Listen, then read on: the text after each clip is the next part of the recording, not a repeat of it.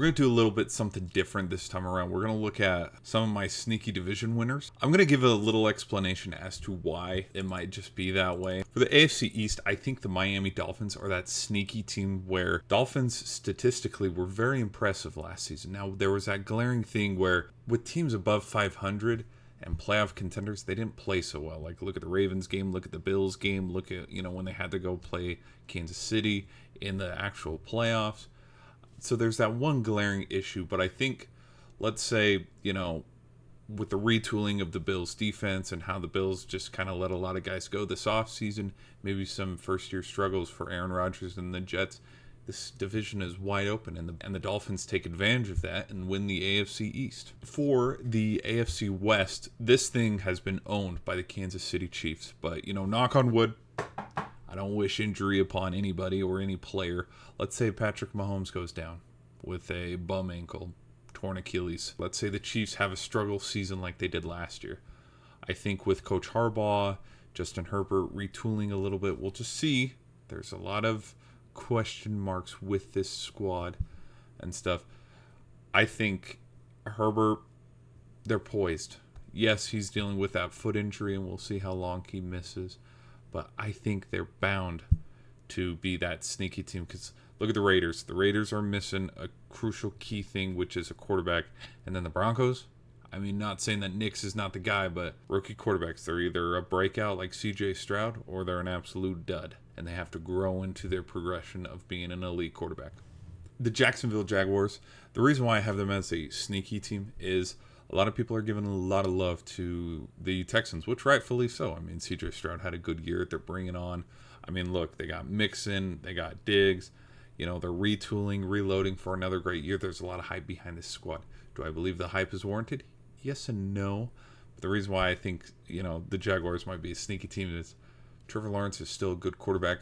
Statistically speaking, there's a lot of glaring issues, plus he was dealing with some lingering issues, and the Jaguars just fell off a cliff last season. And I think they were kind of like the Eagles, where out of their last 7 games, they won a handful of them, because they had that winning record, but then they just kept dropping game after game. So they would be my sneaky team out of the South. Okay, and then out of the North, I sound crazy saying this one, but I'm thinking the Pittsburgh Steelers.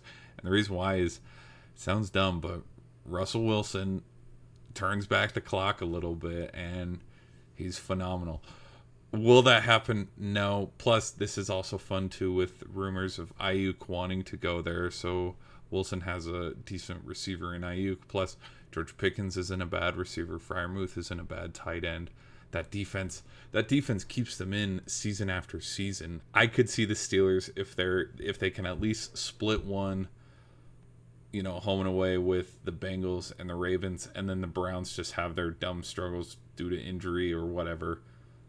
I think the Steelers could be a sneaky team. I'm going to say the Rams for the NFC West, and the reason why, we know the 49ers own it, but I think, a healthy Rams squad, they take care of business against other divisional opponents like the Seahawks and then the Arizona Cardinals, but then they split 1-1 with the San Francisco 49ers, maybe even sneak out like, oh my gosh, a road win. The Rams went on the road into San Francisco and got a win with a 5-1, maybe 6-0 division record.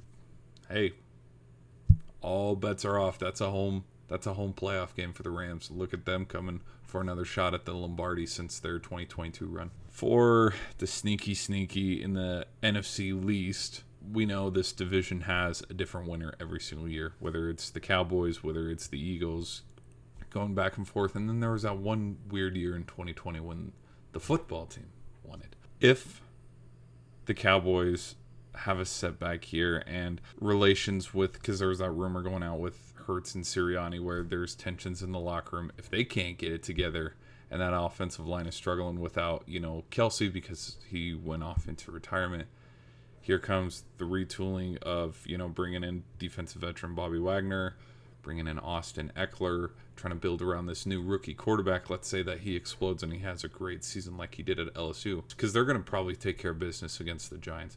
But you split one against the Eagles and beat Dallas twice. Look at that.